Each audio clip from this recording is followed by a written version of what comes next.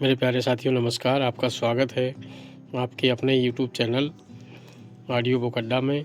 और हम पढ़ रहे हैं किताब how to win friends and influence the people, तीसरा भाग और तीसरा अध्याय। और तीसरे अध्याय का तीसरा भाग हम स्टार्ट करेंगे आज। तो जहाँ से हमने छोड़ा था वहीं से स्टार्ट करते हैं। जब पिता ने इस बारे में सोचना शुरू किया तो उनके लिए एक मामला आसान हो गया। बच्चे के पास एक 3 पहिए वाली साइकिल थी जिससे वह ब्रुकलिन में अपने घर के आसपास साइड वॉक पर ऊपर नीचे जाता था। कुछ दूरी पर एक बदमाश और बड़ा लड़का रहता था जो उससे साइकिल छीनकर उस पर खुद चढ़ जाता था। तब वह छोटा बच्चा रोता हुआ अपनी माँ के पास आता और माँ उस लड़के से साइकिल छीनकर वापस अपने बच्चे को दे देती। ये लगभग रोज़ होता था। वह बच्चा क्या चाहता था इसका जवाब देने के लिए शेरलॉक होम्स की ज़रूरत नहीं है। उसका अभिमान, गुस्सा, महत्वपूर्ण बनने की इच्छा, ये सारी भावनाएं उसे बदला लेने के लिए, उस लड़के की नाक तोड़ने के लिए उकसाते थे। और जब उसके पिता ने उसे बताया कि वह उस लड़के को मज़ा तभी चखा पाएगा जब वह माँ की दी हुई चीज़ें खाएगा। जब उसके पिता ने ये वादा किया फिर कभी खाने के मामले में दिक्कत नहीं हुई। बच्चा पालक, सोयाबीन, करेला जो भी खाना पड़े खाने को तैयार था, जो उसे उस लड़के से लड़ने में मदद करे।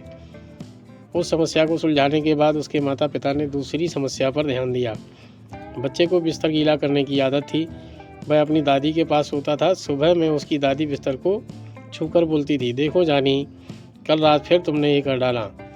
वह कहता था, नहीं मैंने नहीं किया, आपने किया। डांटना, पीटना, शर्मिंदा करना, ये बताना कि उसके माता पिता क्या चाहते थे। किसी भी चीज़ से उसकी आदत नहीं छूटी। इसलिए उसके माता पिता ने पूछा, हम कैसे बच्चे में बिस्तर गीला ना करने की इच्छा पैदा कर सकते हैं। उसकी इच्छा क्या थी? पहली, वह दादी की तरह नाइट गाउन के बजाय अपने डैडी की तरह पैजामा पहनना चाहता था। दादी उसकी रात की हरकतों से तंग आ गई थी, इसलिए उसने खुशी खुशी उसे पैजामा पहनने दिया अगर वह सुधरने को तैयार है तो। दूसरी, वह अपना बिस्तर चाहता था। उसकी दादी ने नहीं रोका। उसकी माँ उसे ब्रुकलिन के एक अपार्टमेंटल स्टोर ले गई। एक सेल्स गर्ल को इशारा किया और कहा, ये नन्हे सज्जन कुछ खरीदना चाहते हैं। सेल्स गर्ल ने उसे एक कहकर महत्वपूर्ण महसूस कराया, महोदय मैं आपको क्या दिखाऊं। वह 2 इंच तनकर बोला, मैं अपने लिए एक बेड खरीदना चाहता हूं। जब उसकी माँ की पसंद का बेड दिखाया गया तब माँ ने सेल्स गर्ल को इशारा किया और बच्चे को वह खरीदने के लिए मना लिया। बेड अगले दिन घर आ गया और उस रात जब पिता घर आए वह बच्चा दौड़कर दरवाजे पर पहुंचा और चिल्लाया, डैडी डैडी ऊपर आइए और मेरा बेड देखिए। बेड को देखते हुए पिता ने चाल सवाब का कहना माना। उन्होंने दिल खोलकर तारीफ़ की। तुम अपने इस बिस्तर को तो गीला नहीं करोगे ना? पिता ने पूछा। ओ नहीं, मैं इस बिस्तर को गीला नहीं करूँगा। जब बच्चे का स्वाभिमान आड़े आया तो उसने अपना वादा पूरा किया। ये उसका बेड था, इससे उसने खरीदा था और अब वह नन्हे मर्द की तरह पैजामा पहन रहा था। वह मर्द की तरह बर्ताव करना चाहता था और उसने किया। एक और पिता, केटी डचमैन, एक टेलीफोन इंजीनियर कोर्स के एक छात्र, अपनी 3 साल की बच्ची से नाश्ता नहीं करा पा रहे थे। डांटना, समझाना, मनाना कुछ भी काम नहीं आ रहा था। तब माता पिता ने खुद से पूछा, हम उसमें इच्छा कैसे पैदा कर सकते हैं। उस बच्ची को माँ की नकल उतारने में मज़ा आता था। इससे उसे बड़े होने का एहसास मिलता था।